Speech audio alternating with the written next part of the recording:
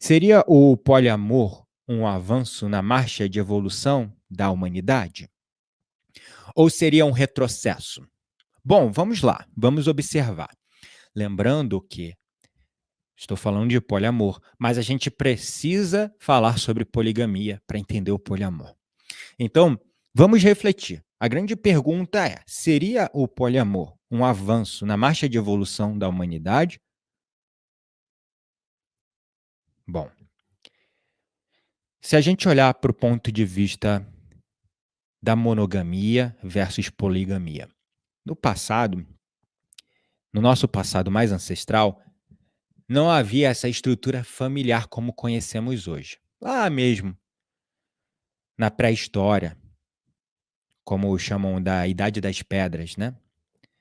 Então, havia uma forma de se relacionar que não era pautada na formação de casais e nem de, como eu poderia dizer, eh, relacionamentos monogâmicos.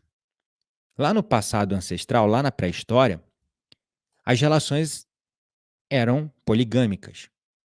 As pessoas tinham relações sexuais umas com as outras apenas para procriar. Elas viviam dentro de uma tribo quase como uma grande família. Com a evolução da consciência humana, foi criando-se estruturas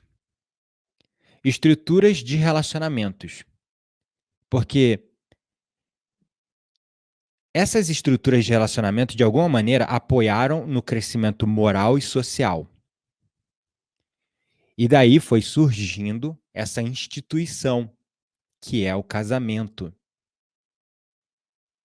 E até em sociedades assumidamente poligâmicas e bem abertas, como na Grécia Antiga, no Império Romano, havia também a estrutura de casamento entre casais e a construção de uma família dentro da estrutura como conhecemos hoje.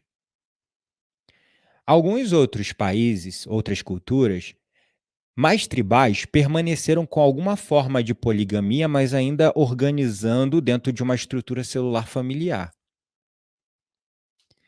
Outras deram esse direito, por exemplo, só aos homens, como, por exemplo, acontece no Oriente Médio, que um homem pode ter mais de uma mulher. Isso é claramente um relacionamento poligâmico. Mas só quem se relaciona dessa maneira é o homem. As mulheres geralmente vivem em casas separadas ou em quartos separados né? Então, quando a gente começa a observar, a gente está falando de diversidade, então a gente tem que ter muito respeito, muito cuidado. Porque quem sou eu para julgar e criticar a cultura do outro? Se você não aceita isso para você, tá tudo bem. Aí está o teu limite. Mas, espera aí, isso é certo? É errado? Porque você não aceita esse tipo de relação, então quer dizer que é errado? Espera aí. Então a gente está aqui para botar um ponto final nessa história. De que só vai ser errado se você tiver num relacionamento desse enganado, enganada.